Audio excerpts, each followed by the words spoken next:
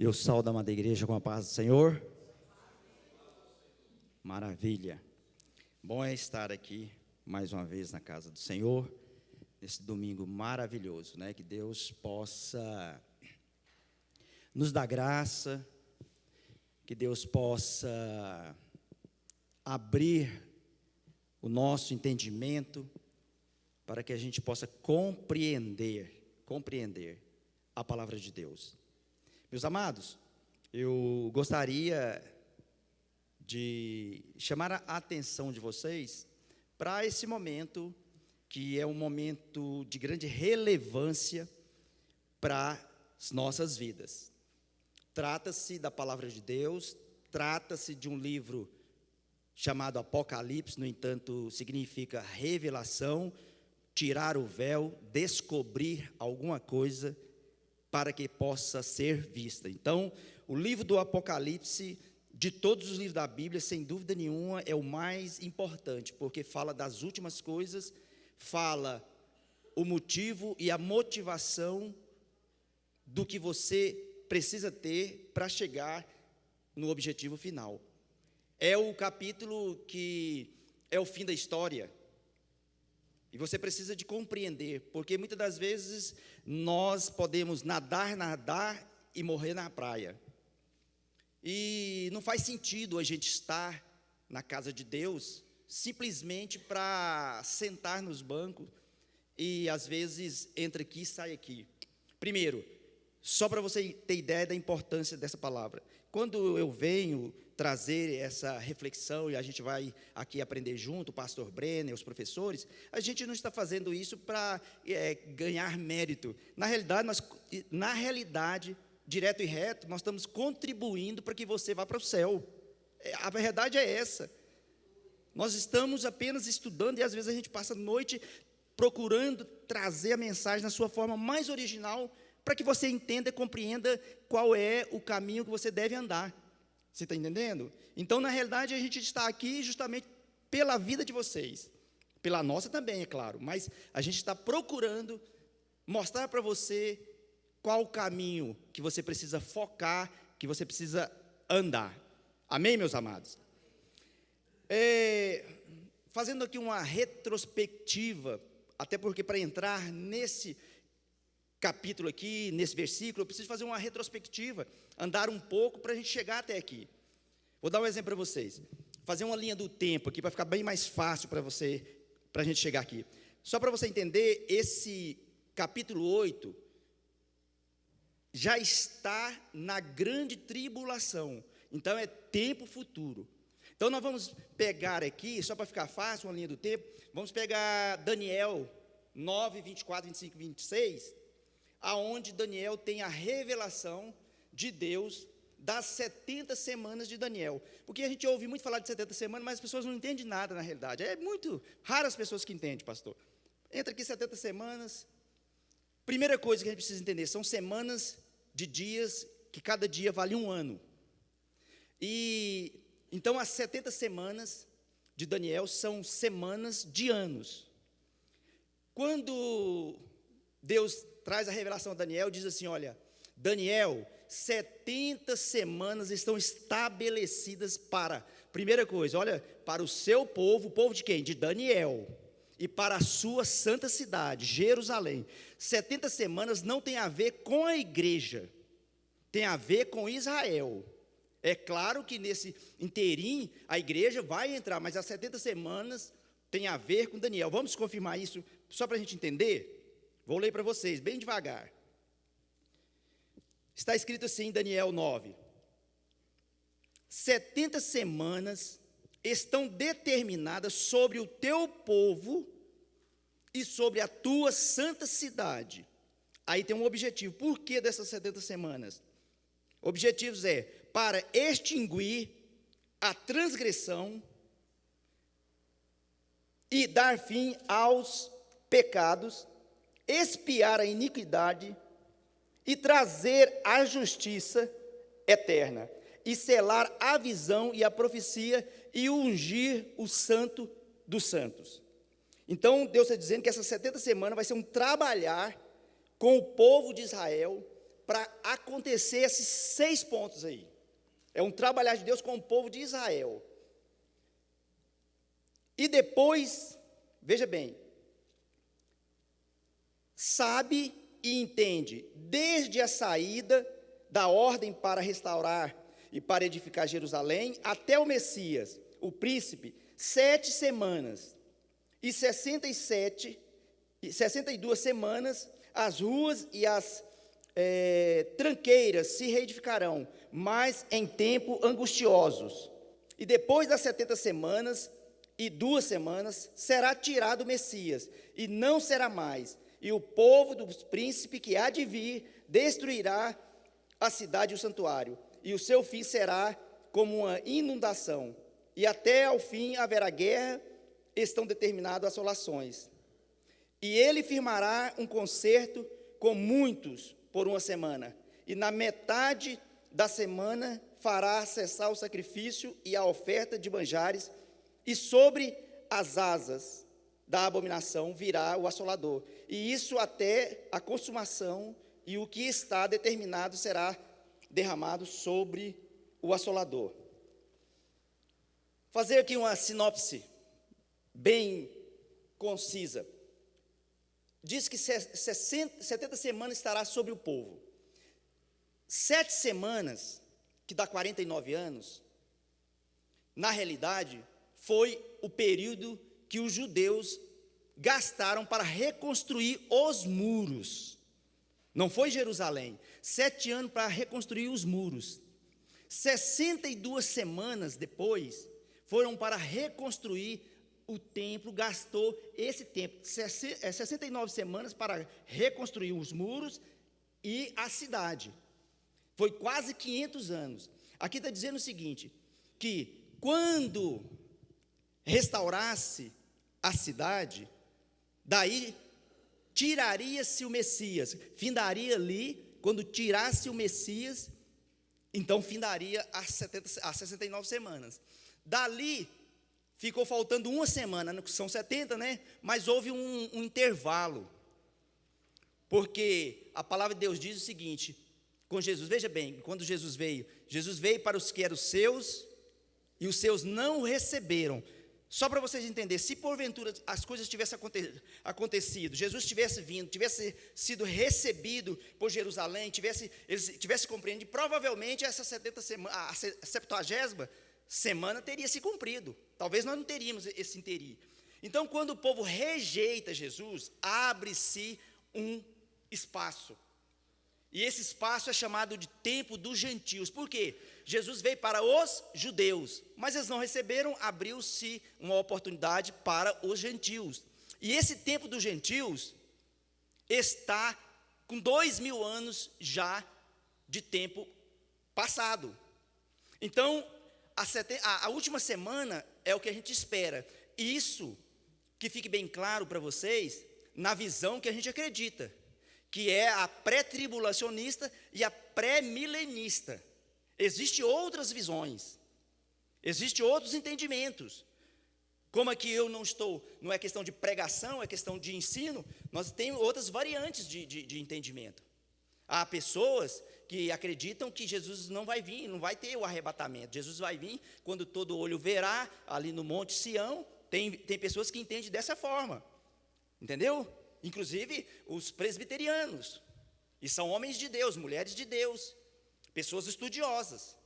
Mas a nossa visão não, a nossa visão é que haverá o arrebatamento, e esse arrebatamento é um rapto, que vai acontecer assim, num piscar de olhos, e quando acontecer isso, que é o que nós estamos esperando, ou que deveríamos estar, porque na realidade a gente percebe nesse panorama que a igreja não está muito preocupada com o arrebatamento de igreja, não. É um número bem pequeno que pensa, que se preocupa com o arrebatamento. Mas a vida continua.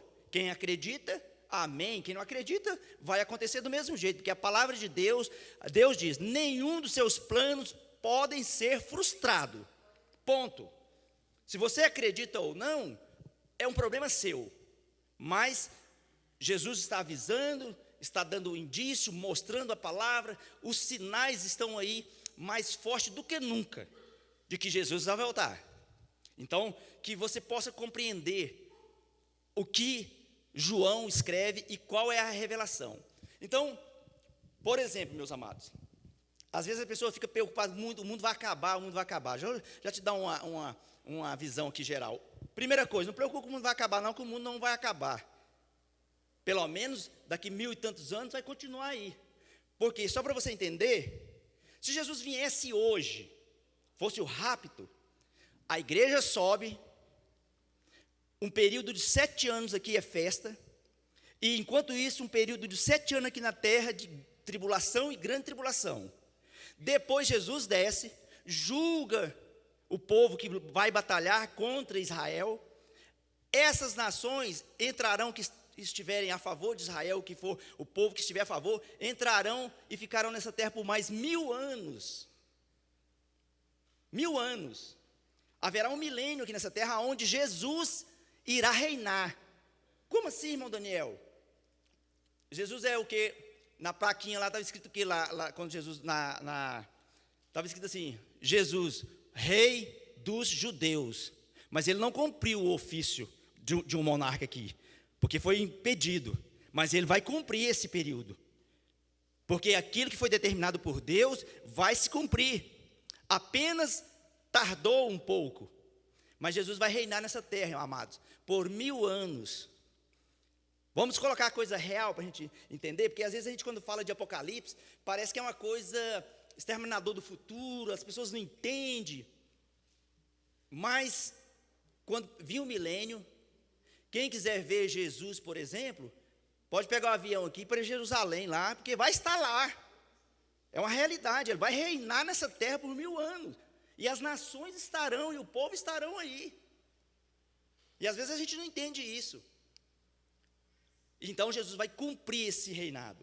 Depois que cumprir esse reinado, já estou fazendo aqui um trailer do que vai acontecer. Depois que terminar esses 1000 anos, o Senhor vai ordenar ainda que Satanás vai ser solto aqui nessa terra. Depois, olha, veja bem, depois de 1000 anos sendo governado por Jesus, a terra literalmente em paz, com as coisas funcionando, o inimigo será solto, os últimos anjos diabólicos serão soltos, ainda para ver se o povo realmente, e ainda tem pessoas que ainda serão condenadas, enganadas pelo inimigo, por um pouquinho de tempo que Deus soltar, vivendo com Jesus, ainda vão, de certa forma, trair Jesus, ainda não vai dar valor na presença de Jesus. E aí vem o grande trono branco, e depois o novo céu e a nova terra. Só para vocês entenderem essa linha do tempo. Entendeu? O tema aqui é Apocalipse 8. E aqui, esse Apocalipse, lembra quando eu disse para você? Então, nós falamos, Daniel fala do passado, que é o tempo das 62 semanas. Fala do presente, que é esse espaço que nós estamos vendo. E o Apocalipse, aí quando a gente entra aqui, imagina você que nós vamos abrir a porta do tempo, do futuro, e nós vamos entrar lá. Porque o que vai ser falado aqui é futuro e é grande tribulação. Entendeu? É grande tribulação. Isso aqui que está sendo falado aqui não acontece, e a igreja não passará por isso aqui, segundo o que nós acreditamos, segundo a visão que nós acreditamos, que é a pré-tribulacionista. A igreja não vai estar nesse período. Agora, uma observação eu faço, como vocês estudiosos, não apenas ouvintes, mas alguém que pensa, alguém que realmente quer saber mais. Tem pré-tribulação e pós-tribulação. Há quem diga uma coisa e é interessante. Nós acreditamos que nós não vamos passar pela tribulação, não é isso? Nós somos pré-tribulacionistas. Vamos falar essa palavra, eu acho que muita gente que nunca usou essa palavra na vida. Pré-tribulacionista. Nós acreditamos isso antes. Então a igreja será tirada antes da tribulação. E existe a visão pós-tribulação, que a igreja vai passar pela tribulação e ela vai sair quando Jesus voltar. São essas duas visões. E igual o pastor falou, ainda tem os mid, que acreditam que a igreja vai ser tirada no meio da tribulação, nos 3 anos e meio, né? Porque, só para vocês entenderem, quando a igreja sobe, aqui embaixo vai ficar 7 anos. Para quem tem um período que é os primeiros 3 anos e meio, que é tribulação, para os que não conhecem a palavra de Deus. Porque para quem conhece a palavra, já vai ser grande tribulação, porque ele já sabe o que vai acontecer. Você entendeu o que eu quero dizer para você? Porque a grande tribulação mesmo é de 3 anos e meio para o final dos 7 anos. Mas para a igreja, quem às vezes desviou, quem está vivendo, já vai ser uma tribulação muito grande. Porque ele sabe o que está acontecendo. Ele sabe que a igreja saiu. E aí ele vai sofrer demais. É o rompimento do pacto. Aos 3 anos. Porque, olha, aí o que eu gostaria, e é difícil trazer esse tipo de explicação. Primeira coisa, nunca houve um tempo, desde que eu sou um dos mais velhos aqui, até hoje, que se fez necessário ler Apocalipse como hoje. Meus amados, Apocalipse hoje é o tema de todas as mensagens de YouTube. Hoje o que você vê é Apocalipse, porque chegou a hora, o livro está presente nos nossos dias.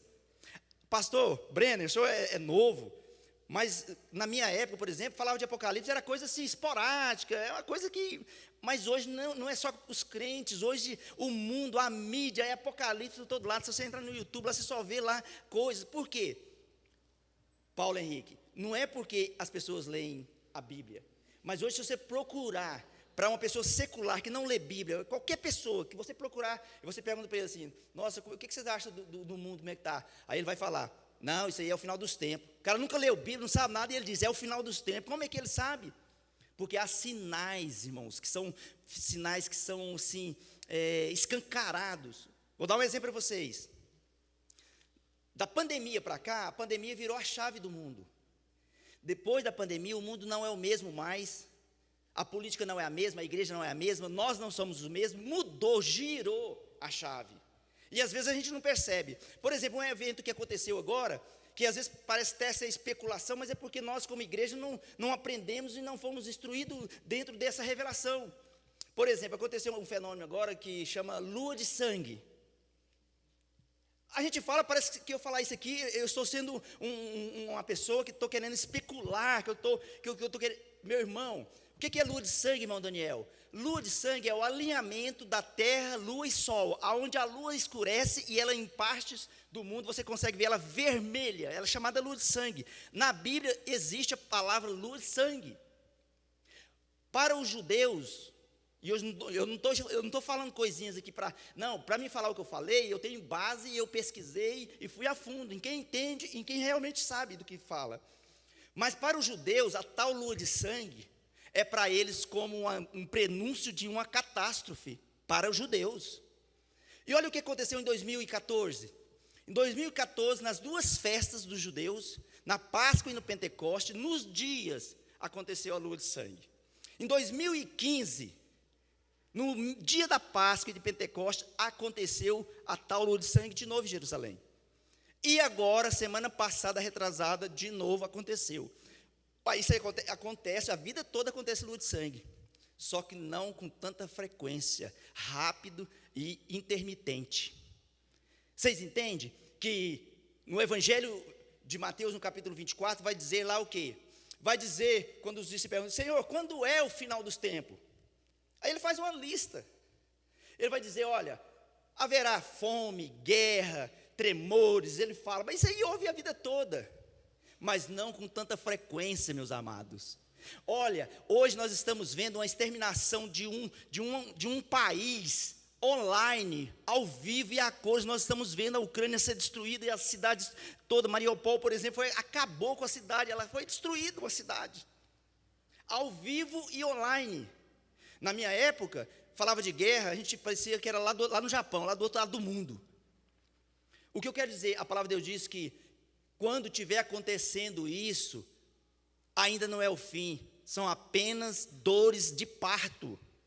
E para as mulheres, e nós também sabemos, nós só apenas não sentimos, mas a gente mais ou menos sabe o que é. A mulher, quando ela entra no período de gestação, e quando vai chegando aí nos seus 8 meses e meio, 9 meses, próximo ao menino nascer, talvez em uma semana, não sei, as irmãs sabem, eu só estou falando aqui, mas começa a dar uma pontadinha ali, daí passa um dia, eu só senti só que a dorzinha na barriga, daqui a pouco 2, vai chegar um dia que essas pontadas, que essas contrações serão quase que intermitentes, vai chegar a hora e o menino vai nascer. O que eu estou dizendo para vocês, igreja, trazendo para o lado espiritual, é que guerras, você está vendo uma guerra ali, e talvez eu falo para vocês com propriedade, porque eu acompanho a Europa aí, e não é só a Ucrânia não, a Ásia, vários países estão em guerras ferrenhas, a Arábia, guerra ferrenha, quer dizer, é uma guerra em cima da outra, pestes, são pestes em cima da outra, é chato falar isso, não é aqui? Mas isso precisa ser falado, por quê? Porque parece que nós estamos fechando os olhos para os acontecimentos, a gente fica aqui como talvez os judeus fazendo isso aqui na Bíblia, fazendo isso aqui, mas não querendo ver a realidade. De que adianta você estudar uma profecia dizendo que vai acontecer e de repente está acontecendo e você não enxerga? Religiosos, de certa forma, tolos, porque é tolice, sacrifício de tolo, servir a Deus e vir para dentro do templo e fazer isso e não querer enxergar o que está acontecendo aí fora. Olha o que aconteceu um tempo, Paulo Henrique, para os religiosos, e de repente a gente está dessa forma. Havia profecias no Velho Testamento, sempre houve, que Jesus viria, e os judeus sabiam disso, porque começa no livro do Gênesis, capítulo 3, versículo 15, nascerá da mulher alguém que vai pisar a cabeça da serpente. Estava ali já a primeira menção de Jesus, que viria Jesus. Em Êxodo é o Cordeiro Pascal, o Cordeiro que tira o pecado do mundo. E assim vai andando, então eles conheciam. E conta uma história que diz que um dia, em Jerusalém, naquela avenida onde estava o templo de Salomão, os judeus, talvez numa assembleia geral, falando sobre o Messias, falando sobre a palavra de Deus, naquela reunião ministerial, casa cheia, lotada, todos com os seus pergaminhos, com os rolos, lendo, e de repente diz que, a história diz, alguém conta, que um barulho na rua, na avenida, começou barulhão na rua, e eles pegaram e disse, vai lá fora e acaba com esse barulho, que nós estamos estudando aqui a palavra, a Torá, nós estamos estudando a Bíblia, falando do Messias, falando das coisas de Deus, vai lá fora e para com aquele barulho. Sabe quem estava lá fora? Jesus e a multidão passando na porta do templo, e os religiosos não o reconheciam, não sabiam que Jesus estava lá. Não obstante, eu quero trazer para hoje, eu estou falando de Jerusalém há 2000 anos atrás, mas e hoje, Apocalipse 3:20, se eu não estou enganado, eis que estou às portas e bato. Jesus continua batendo na porta do coração de cada um de nós, e às vezes nós estamos dentro do templo, falando da palavra de Deus, falando do Messias, e o Messias aí procurando uma casa, um lugar para entrar. Nós, como os religiosos, nós não estamos com o coração fechado, e Jesus está na porta batendo, dizendo, me deixa entrar, porque se eu entrar, a sua vida vai mudar, as coisas vão mudar para você. Essa manhã é uma manhã de abrir coração, de abrir entendimento, de sair dessa de repente você colocou como diz, cabresto. Você só enxerga uma coisa, na realidade você só enxerga o que você quer ver. E eu vou te dizer uma coisa para você, que é um ditado popular que você sabe, eu também sei. Cego é quem não quer ver. Surdo é quem não quer ouvir. Porque eu creio, e eu vou falar para vocês, nessa igreja, Jardim América 2, não é por nada não, Mas se alguém se desviar ou sair, não é por falta de palavra não, porque nós temos um pastor que traz a palavra genuína. Você tem evangelista que traz, você tem ministradores que traz palavras de verdade. E às vezes a palavra de verdade é essa aqui que eu estou trazendo, é que o pastor muitas das vezes chama a nossa atenção, e eu glorifico a Deus pela vida do pastor Brenner, porque ainda é um dos pastores que de vez em quando pega a igreja e chama na responsabilidade, de vez em quando chama os seus liderados na regulagem, de verdade. Vou confessar para vocês uma coisa aqui. Um dia, o pastor Brenner me chama no gabinete, e eu, você vê, né, esse ancião aqui, esse jovem me chama lá, eu falei, certamente vai me presentear, vai me elogiar, vai falar que eu sou estudioso. Sentei, irmão Daniel, sentei ali, ó, bem aqui, ó, aqui nesse aqui, ó, você vai aqui nesse corredorzinho. Chego lá e, irmão Daniel, o senhor sabe que eu gosto muito do senhor, que eu amo o senhor em Cristo. Estou reproduzindo aqui a fala. E o senhor sabe disso? Eu falei, sei, pastor, claro. E ele disse, pois é, mas o senhor precisa mudar, o senhor precisa melhorar, porque o senhor, foi uma época que eu estava faltando demais no culto aqui, demais mesmo, depois que minha mãe morreu principalmente. Ele disse, o senhor é vitrine, o senhor é alguém que toma posse do microfone, que fala, e o senhor precisa de olhar isso. Pastor Brenner, depois daquele dia eu admirei o senhor como pastor, para ser sincero, porque é coisas que a maioria hoje não faz, deixa do jeito que está para ver como é que fica.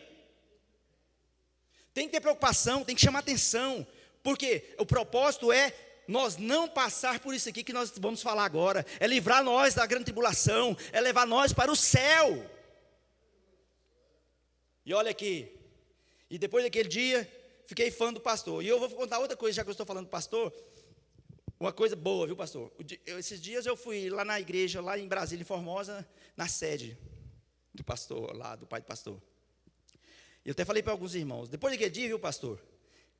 E assim, eu acho que eu percebi o quanto o senhor realmente é uma pessoa íntegra, e eu gostei assim demais daquela viagem, porque pelo respeito que o senhor teve, pela maneira que o senhor nos tratou, nos conduziu ali na casa do pai dele, na igreja, tantas pessoas conhecidas, tantas pessoas importantes. O meu pastor me manteve ali junto dele, na mesa que ele sentou, eu sentei, no púlpito lá ele sentou, eu sentei. Eu cheguei lá, só para vocês terem ideia, cheguei na sede, era festa lá, aí eu cheguei, sentei lá nesse banquinho na frente. Aí o pastor Brenner subiu e falou, não, irmão Daniel, você vai subir comigo lá para cima. Aí ele subiu, ele começou a conversar com a pessoa, eu sentei, estava a cadeira da frente aqui do pai dele, tinha uma outra atrás, fila, falei, não, vou sentar na terceira, porque você sabe o que é, né? A Bíblia nos ensina, nunca senta na primeira, porque é melhor você ser chamado para ir para frente do que alguém pegar você aqui da frente e dizer, dá licença, tem uma vaga aqui que é esta. Aí eu sentei na terceira fila, já estava ótimo. Daqui a pouco o pastor Brenner chega, senta atrás do pai dele e diz, irmão Daniel, vem aqui para frente, senta aqui perto de mim. Então, assim, foi uma honra, viu, pastor? E não é só essa questão, a questão é que o senhor é comigo aqui desse jeito, lá também foi do mesmo jeito, e a partir daí, eu acho que assim, meu amor pelo pastor, a consideração aumentou muito, viu? Então, que Deus abençoe o senhor. E eu gostaria de uma salva de palmas ao nosso pastor. Ê, pastor! E por que eu falei isso? Meu irmão, eu não falei para bajular, não falei para querer cargo, não falei para nada disso, hoje eu não corro atrás disso. Falei porque eu senti no coração, e uma coisa eu aprendi, quando você quiser elogiar alguém, elogie em público. Quando quiser criticar, critique, escreva na areia, para quando a água do mar vir, passar e levar. É isso que eu aprendi. Então, continuando, a sessão do elogio passou, agora vamos para, isso aí foi para, agora que nós vamos entrar agora num lugar. O título da lição é Silêncio no Céu e o Julgamento Vindouro. Vamos pensar aqui, primeira coisa, amado, João entra, e aqui, porque João, tem duas coisas que vocês precisam entender aqui. No início, João está tendo uma visão, mas ele está na terra ali, e dizendo assim, João escreve. Só que aqui, chega uma hora, que Deus diz para João, sobe aqui, entra aqui, ó. Deus diz para João entrar no céu, literalmente. Aqui João entrou no céu. E quando ele entra, a palavra de Deus diz que quando abre a porta, a visão que ele tem é maravilhosa. A primeira coisa que ele enxerga é um trono, um cordeiro, ali com seu pescoço sujo de sangue. E de repente ele olha para o lado, vê 24 anciões, vê um ser diferente de todos, com 6 asas, olhos por todo lado, do lado do trono de Deus. E de repente ele olha para a sua direita e vê um rolo, um pergaminho selado com 7 selos. Presta atenção, irmão, a visão que João teve. Ele vê um rolo selado com 7 selos. E os selos aqui, às vezes, eu vou explicar para você ter ideia. Imagina, o selo que estava lá é o mesmo que os reis usavam.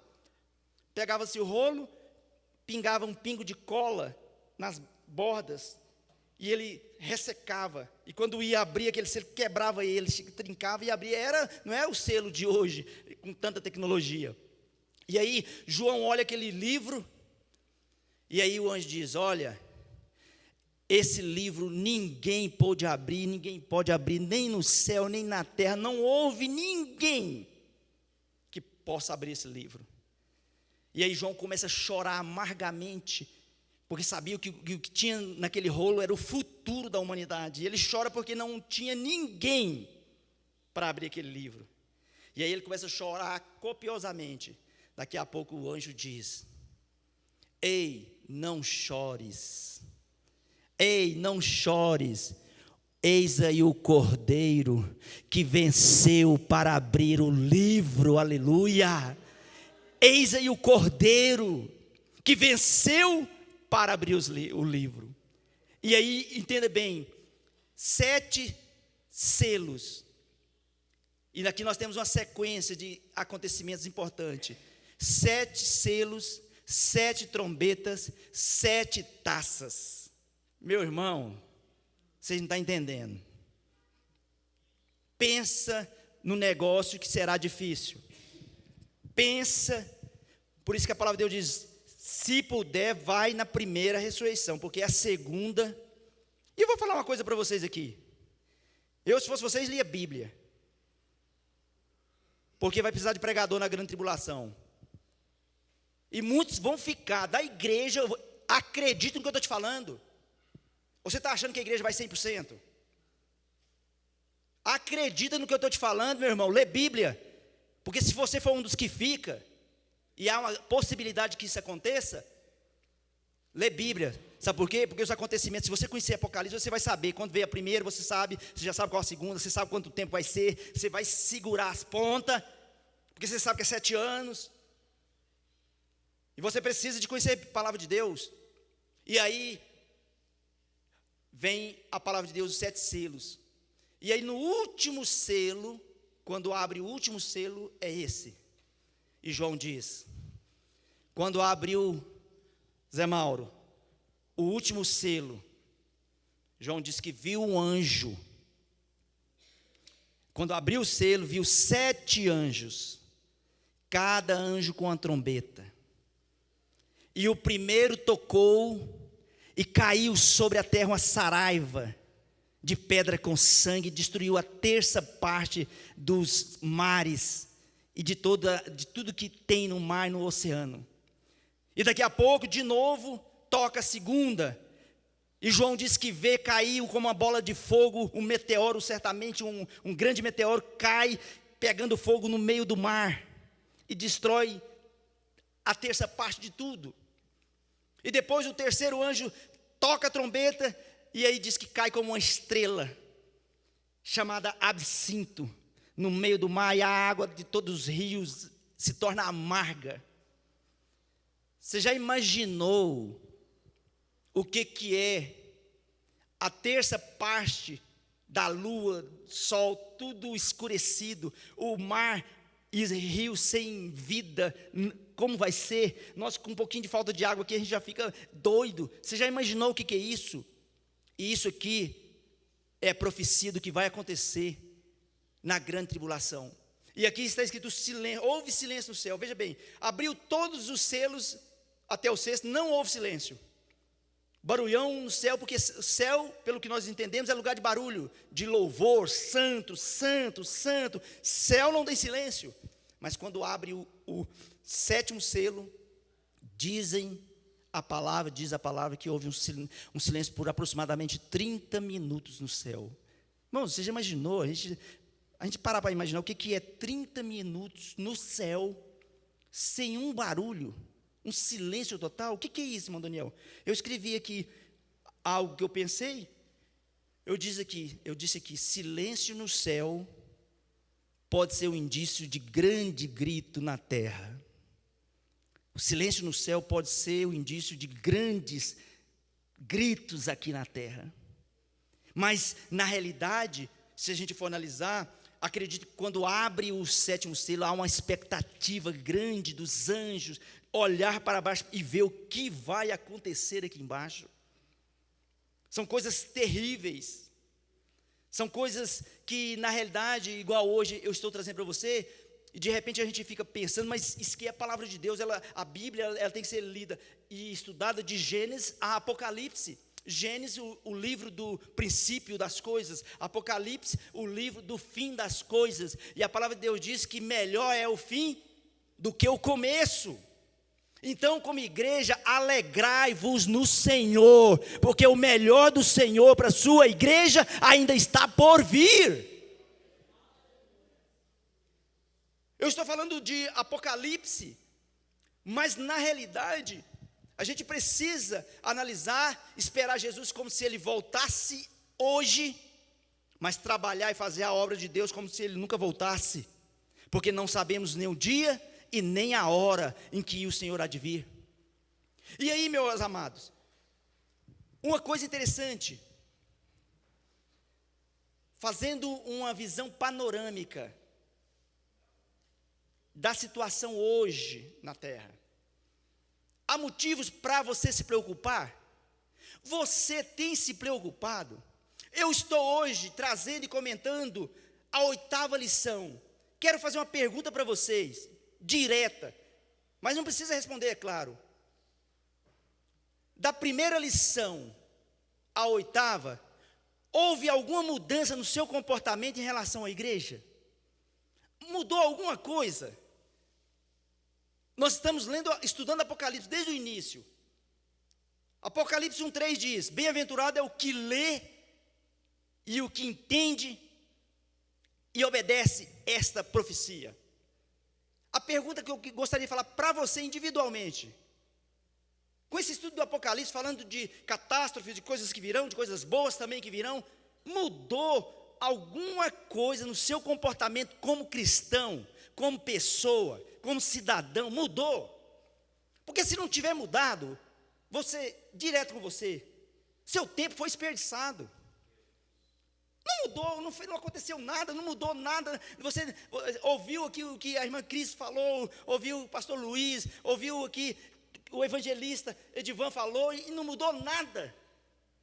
Eu vou falar aqui também, estou falando coisas aqui e não vai mudar nada.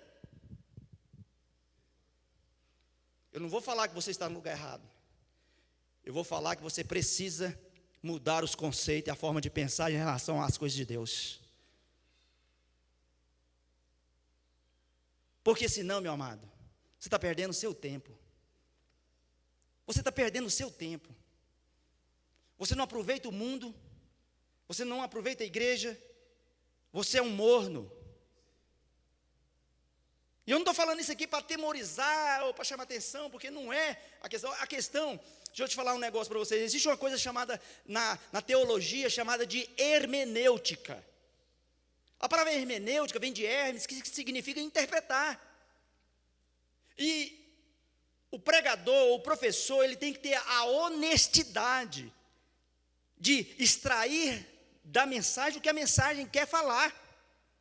Por exemplo, eu não posso falar de grande tribulação, falar de anjos tocando trombetas e catástrofe e trazer aqui e maquiar maravilha.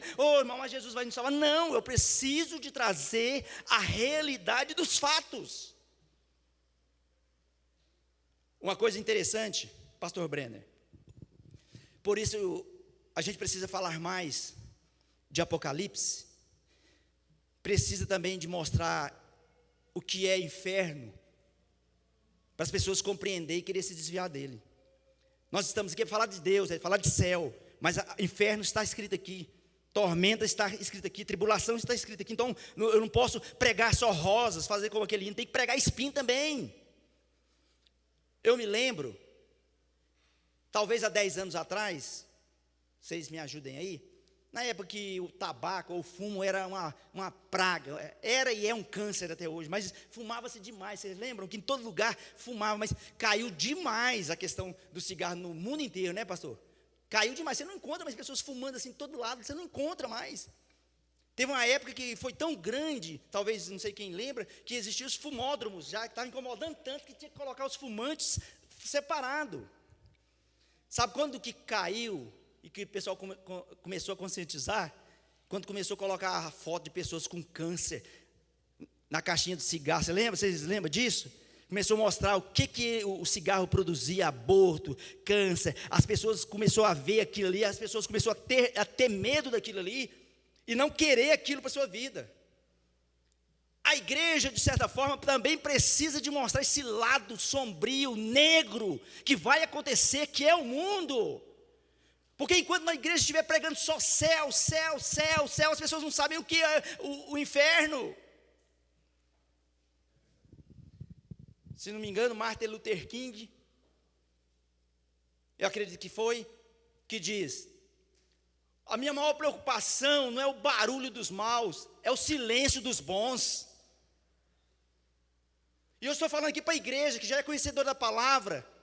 Agora você imagina os lá fora que não conhece, não sabe, nem sabe o que é isso. Meus amados, tem uma igreja aqui próxima aqui. Olha tanto que a coisa está, né? É claro, vou falar aqui, mas não é uma crítica, digamos, para ofender, mas é do que está, do que, você vê que nós temos igreja hoje para agradar o freguês, o evangeliquez, para qualquer um. Existe uma igreja aqui, e eu não estou dizendo da igreja, nem sei como é, mas o tema, chega a ser igreja, céu na terra. Tem uma igreja bem grande aqui, que o nome dela é Céu na Terra. Não estou dizendo que, só estou dizendo o seguinte: estão trazendo o céu, já antecipando aqui para a terra. Se o céu está na terra, para que eu vou me preocupar em querer ir para o céu lá? Eu vou viver aqui, uai. Você observa que há uma mensagem para facilitar, há um evangelho genérico, de tarja amarela, que não muda, que não transforma, que vem como está, continua e tudo bem. Essa igreja, dirigida pelo pastor Brenner, nos ensina diferente. Você pode vir como está, mas Deus vai te transformar aqui dentro. Aleluia! E às vezes essas igrejas procuram os melhores no mercado. Mercado mesmo, eu estou dizendo de mercado. Procura os melhores cantores, os mais animados, os pregadores, coach, para encher a igreja. Meu amado, as coisas não são bem assim. Evangelho é renúncia, é cruz. Você vai observar, por exemplo, os apóstolos, os pais da igreja, que são os discípulos dos apóstolos. Nenhum teve vida fácil, não. Evangelho, meu irmão, é sacrifício. Evangelho é padecer. Mas Paulo diz algo tremendo: sofre as aflições de Cristo. Paulo parece que tinha prazer de sofrer o evangelho. Paulo parece que quando apanhava, quando saía, ele tinha o prazer, ele pensava dessa forma: um dia eu vou chegar na presença de Jesus e vou dizer: Jesus, eu padeci, porque é um prazer padecer por essa causa nobre que o Senhor estabeleceu. Padecer pela causa, defender o evangelho. E às vezes nós queremos e deixamos as pessoas bagunçar o evangelho e tudo bem. Paulo diz: trago as marcas de Cristo no meu corpo. Mas mais do que marca no corpo, Paulo tinha uma marca na alma. Tinha um JC de Jesus Cristo na alma dele, que estava cravado e não saía, porque ali era alguém que era um discípulo do Senhor. Houve um silêncio no céu. Mas eu já falei desse silêncio, do que vai acontecer, mas eu prefiro voltar para o hoje, para que nós não entremos neste lugar, neste tempo. Apocalipse, amado. Lembra? Eu gostaria que vocês atentassem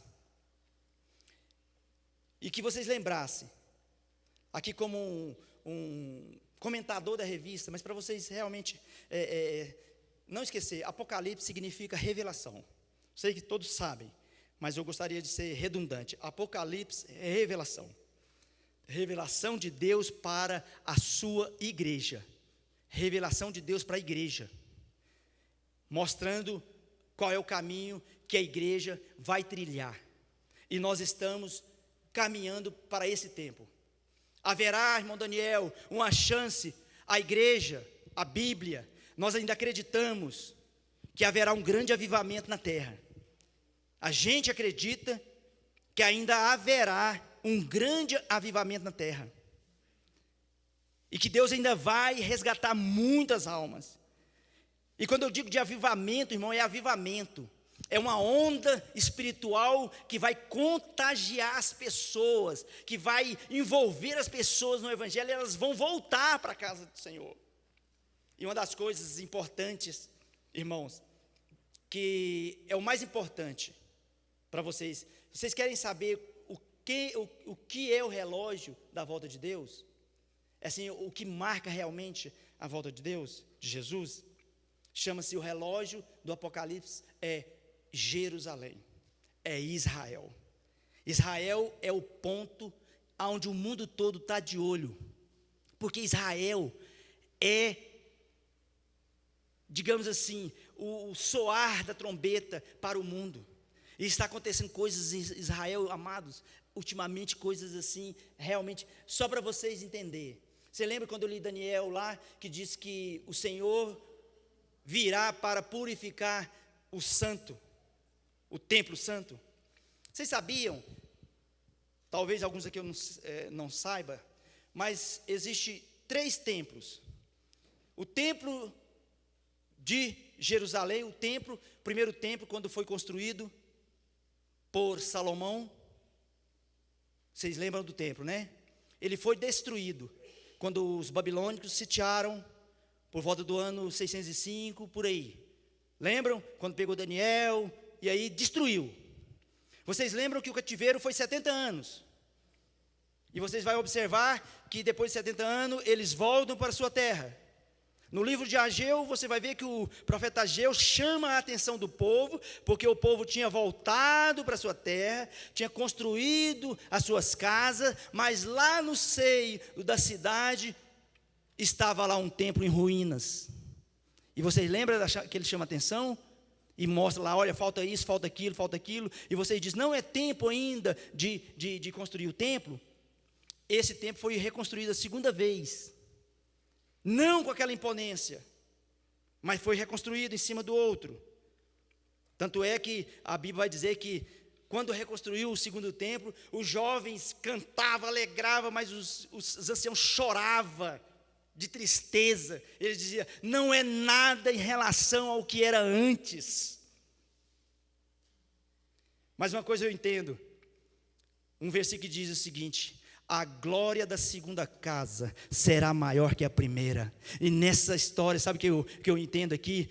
O templo de Salomão, banhado de ouro, suntuoso, muitas das vezes tirava a glória de Deus. Um templo mais simples, talvez o povo não ficava tão encantado com aquela obra, que os turistas de longe viam o ouro brilhar. Talvez na simplicidade, na simplicidade, ele cresce e nós diminuamos. A glória da segunda casa será maior que a primeira. E trazendo para nós, casa que Casa primeira é casa de pedra, casa de concreto, mas a casa que Deus está dizendo que será maior a glória é a casa, o seu corpo, que é templo do Espírito Santo, porque o templo do Espírito Santo, você, todo dia o Espírito Santo mora, habita em você.